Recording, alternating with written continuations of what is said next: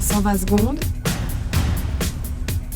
L'invité de la rédaction. La ville de Nyon pourrait être l'une des seules à accueillir le spectacle de Dieudonné. Le Mur, c'est son titre, a en effet été interdit à Tours, à Orléans et à Nantes. Et l'humoriste a annoncé qu'il renonçait à se battre pour le faire exister sur les scènes de France au profit d'un nouveau spectacle intitulé Azuzoa, qu'il aurait écrit en 3 nuits.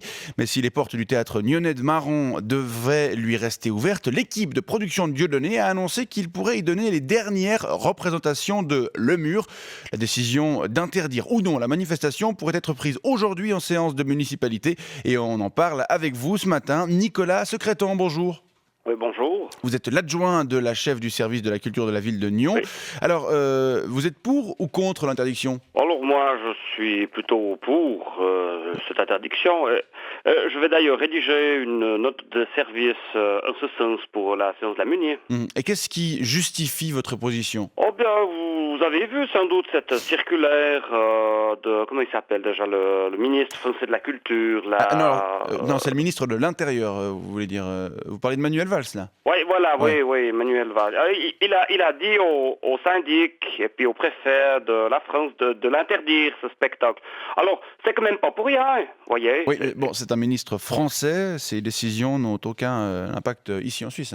Oh, alors oui, c'est juste, si vous voulez, en quelque sorte. Mais moi, je l'aime bien, ce monsieur Valls. Je trouve qu'il parle bien, il passe bien à la télévision. Il est de gauche, mais pas vraiment, un peu comme Daniel. Et puis alors, par ailleurs, je suis allé voir des vidéos de ce Dieudonné là sur Internet. Oui. Et je dois dire que je pense que ces sketchs pourraient quand même vraiment choquer les Nyonnais, vous voyez. Alors, vous faites allusion à ces sketchs, ou plutôt à ces diatribes antisémites ? Oui, voilà, oui. J'en ai vu un, par exemple, hier soir, où il se moque des gens qui font une chimiothérapie. Alors, le père de ma femme a dû en faire une il y a 3 ans. Je peux vous dire que c'était vraiment pas rigolo, non, mais monsieur. attendez, mais là, vous parlez de son sketch excellent, d'ailleurs, sur le cancer. C'est pas ça qui pose problème. Oui, et puis il y en a un autre où il raconte l'histoire d'un monsieur qui aurait, n'est-ce pas, violé et dévoré 50 personnes âgées et handicapées après les avoir surprises dans leur sommeil en les frappant à grands coups de masse. Non, On mais- peut pas laisser dire des choses pareilles, monsieur. Et puis il se moque aussi des pygmées, Non, mais c'est pas- qui c'est- sont tout petits. C'est pas non plus ce type de sketch qui est controversé, monsieur Et puis quand les Secrétan. gens du public ils se manifestent pour protester, il leur dit ferme-la physiquement. Ça va pas, monsieur. À Nyon, on discute. Vous pouvez pas dire ferme-la comme ça, monsieur. Bon, apparemment, comme plusieurs représentants des forces publiques, vous n'êtes pas très bien informé sur ce qu'on reproche à Dieudonné. Ouais. Monsieur Secrétan, vous voulez pas simplement le laisser venir déverser sa haine devant son public de convaincus et, cas échéant, déposer une plainte contre lui pour violation de la norme pénale antiraciste ? Ben, je sais pas, moi. Ça me paraît compliqué, quand même.